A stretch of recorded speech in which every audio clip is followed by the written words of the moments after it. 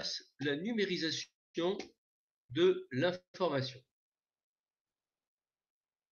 Cette capsule, nous allons nous intéresser à la numérisation de l'information. Revenons sur la chaîne de transmission de la capsule précédente. Une personne parle, donc on a des ondes mécaniques longitudinales qui arrivent sur l'émetteur, ici le téléphone portable. Et en fait, nous, on va s'intéresser à ce qui se passe entre le micro et l'antenne du téléphone avant que le signal ne soit transmis dans le canal de transmission. Donc le rôle du micro, ça va être de transformer les ondes mécaniques en un signal analogique. Ce signal analogique, il est continu au cours du temps, c'est-à-dire qu'il prend une infinité de valeurs. Il va être numérisé par un convertisseur analogique numérique en un signal numérique. Ce signal numérique, c'est une succession d'informations binaires, donc en fait des 0 et des 1, que l'on appellera des bits. Ce signal numérique sera ensuite envoyé à l'antenne pour être envoyé dans le canal de transmission.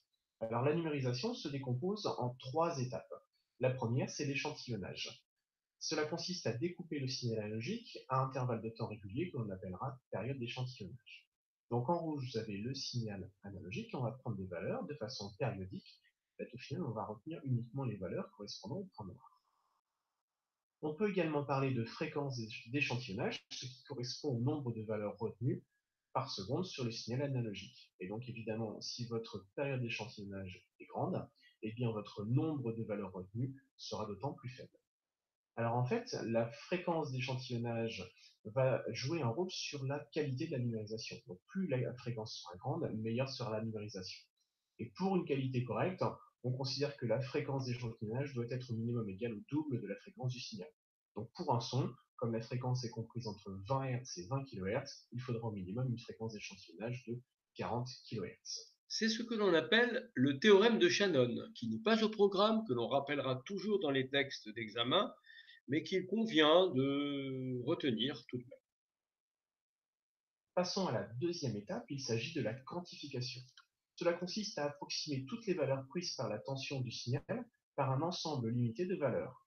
Donc si on raisonne avec un seul bit, eh bien on n'a que deux valeurs possibles, 0 et 1. Donc notre signal analogique, on va le décomposer en deux zones qui sont réparties ici. Maintenant, si on utilise 2 bits, eh bien on va avoir 4 valeurs. 0, 0, 0, 1, 1, 0, 1. 4 valeurs, c'est-à-dire 2 puissance 2, hein, 2 puissance 2, puisque on a 2 bits. 3 bits, on va avoir 8 valeurs, 2 puissance 3. Alors là, vous commencez à vous dire, mais en fait, comment on fait pour compter en binaire? Eh bien, c'est ce qu'on va voir tout de suite. Donc, comment est-ce qu'on passe d'une base décimale à une base binaire? Puisque nous, on sait compter en base décimale. Donc, vous avez la valeur 98. Pour la passer en écriture binaire, eh bien, on va faire une succession de divisions euclidiennes par 2. Alors, vous voyez qu'on obtient des restes, et que ces restes d'une division euclidienne, ces restes sont strictement inférieurs à 2, c'est-à-dire c'est soit 0, soit 1, et qu'on va au final obtenir un nombre binaire qui commencera par 1 et qui finira par 0. Et on va lire ensuite les chiffres qui sont en rouge dans ce sens-là. Donc 98 en base 10 s'écrit 1, 1, 0, 0, 0, 1, 0 en base binaire. Dans l'autre sens, pour convertir un nombre binaire en décimale, donc là je vous ai pris une autre valeur, eh bien on va... Alors on remarque qu'il y a 8 chiffres, c'est-à-dire que ce nombre est à 8 bits. d'espacer un petit peu plus les valeurs, et on va utiliser les puissances de 2 de la droite vers la gauche, et ensuite on va additionner uniquement les valeurs où on a le 1. Alors vous voyez, c'est comme la conversion de ce nombre binaire en décimal s'obtient par une combinaison linéaire de puissance de 2 allant de 0 à 7, c'est-à-dire le numéro 0, c'est le chiffre de droite, et le numéro 7, c'est le chiffre d'extrême gauche. Donc on voit qu'ici, ça sera 1 fois 2 puissance 0, plus 1 fois 2 puissance 1, plus 0 fois 2 puissance 2 qui ne figure pas, la puissance 2 n'y figure pas, plus 0 fois 2 puissance 3, la puissance 3 ne figure pas, plus 1 fois 2 puissance 4, plus 1 fois 2 puissance 5, plus 0 fois 2 puissance 6 qui ne figure pas, plus 1 fois 2 puissance 5. Comme ceci, vous prenez votre calculatrice et on trouve 179. Donc 1, 0, 1, 1, 0, 0, 1, 1 en base binaire s'écrit 179 en base décimale. Notez que pour le premier exemple, je n'ai eu besoin d'utiliser que 7 bits, 1, 2, 3, 4, 5, 6, 7, alors que pour le deuxième exemple, j'étais déjà sur 8 bits. Bon, revenons sur la quantification. En fait, on dira que la quantité de nombres binaires possibles, c'est ce qu'on appelle la résolution. Et la résolution, donc, ce sera 2 puissance n, où n est le nombre de bits utilisés. C'est-à-dire le nombre de valeurs possibles. On parlera également du pas du convertisseur, c'est-à-dire que ça dépend à la fois. Alors, le pas du convertisseur, c'est quoi? Le pas d'un convertisseur, on l'appelle aussi le pas de la quantification. C'est le plus petit intervalle de tension entre deux valeurs permises par le CAN.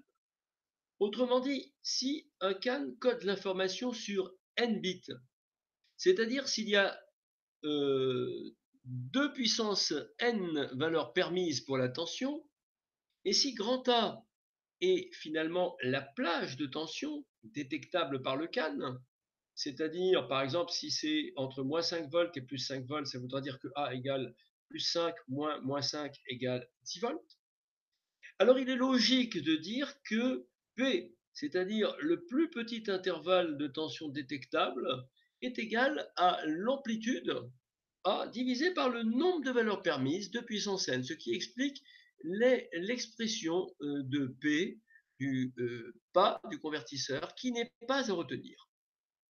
Amplitude en tension du Alors ce qu'il faut voir, c'est que plus n augmente, plus le pas du convertisseur est petit.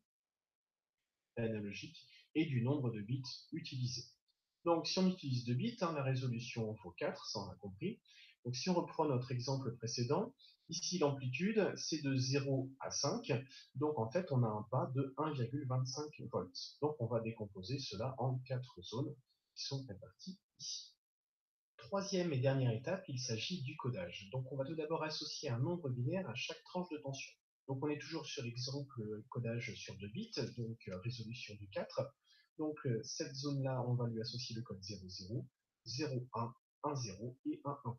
Ensuite, on va attribuer à chaque mesure échantillée, donc les points noirs, le nombre binaire correspondant. Et on obtient le signal numérique que vous avez en vert ici même. Oui, ici, en bas, là, dans cette première zone, eh bien, tous les points qui sont en dessous dans cette zone sont codés par 0.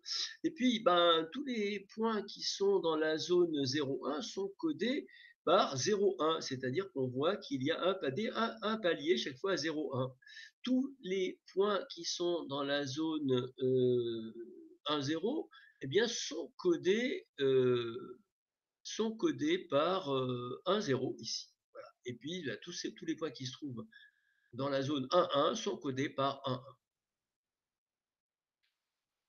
Alors la qualité de la numérisation, elle va être d'autant plus grande que le pas du convertisseur sera petit. Donc là, j'ai pris un signal analogique en rouge, j'ai fixé un pas à une fréquence d'échantillonnage, on obtient le signal numérique en bleu. Si je diminue le pas du Vous convertisseur, voyez, c'est plus serré, les valeurs permises sont plus serrées, il y a plus de valeurs permises, et vous voyez alors que eh bien, l'ensemble des paliers épouse un peu mieux la courbe initiale, la courbe analogique. Voilà. C'est-à-dire que ici, dans le cas de droite, où le pas est plus petit, la numérisation est de meilleure qualité. eh bien, je vois que ma qualité est meilleure, notamment dans cette zone-là. Et l'autre élément qui va jouer sur la qualité, ça va être la fréquence d'échantillonnage. Alors, vous voyez que si on a augmenté la fréquence d'échantillonnage en gardant le pas précédent, eh bien, on voit que on prélève des échantillons avec une fréquence beaucoup plus petite. Et donc, avec beaucoup plus grande, pardon. Et donc, que ben, les paliers ici eh bien, collent beaucoup mieux à la courbe analogique de départ. Donc, que la qualité de la numérisation est meilleure à droite qu'à gauche. Écarté le même pas. Par contre, j'ai augmenté ma fréquence d'échantillonnage et on voit bien que le signal numérique colle assez bien au signal analogique, donc on a une meilleure qualité. Alors comment choisir la qualité? En fait, il va falloir tenir compte de deux choses. La première, ça va être le canal de transmission. En effet, chaque canal dispose d'un débit binaire maximal qu'il est impossible de dépasser. Ce débit binaire, en fait, c'est le nombre de bits transmis pendant une certaine durée. Donc là, j'ai mis Alors c'est en bits par seconde, hein, le débit, et d'ailleurs, bon, lorsqu'on télécharge des, des fichiers, souvent on affiche le débit binaire, c'est-à-dire en kilobits par seconde ou mégabits par seconde, etc. exemples de canaux de transmission que vous connaissez avec les débits correspondants. Notez que ce sont les débits théoriques et en pratique, c'est un petit peu moins. Et l'autre élément, c'est que vous ne faites pas toujours du direct, donc vous enregistrez votre signal, hein, vous stockez, et le support de stockage, eh bien, il a une capacité maximale que l'on ne peut pas dépasser. Donc là, vous avez un petit tableau qui répond. Voilà, donc nous avons fini avec cette présentation de la numérisation.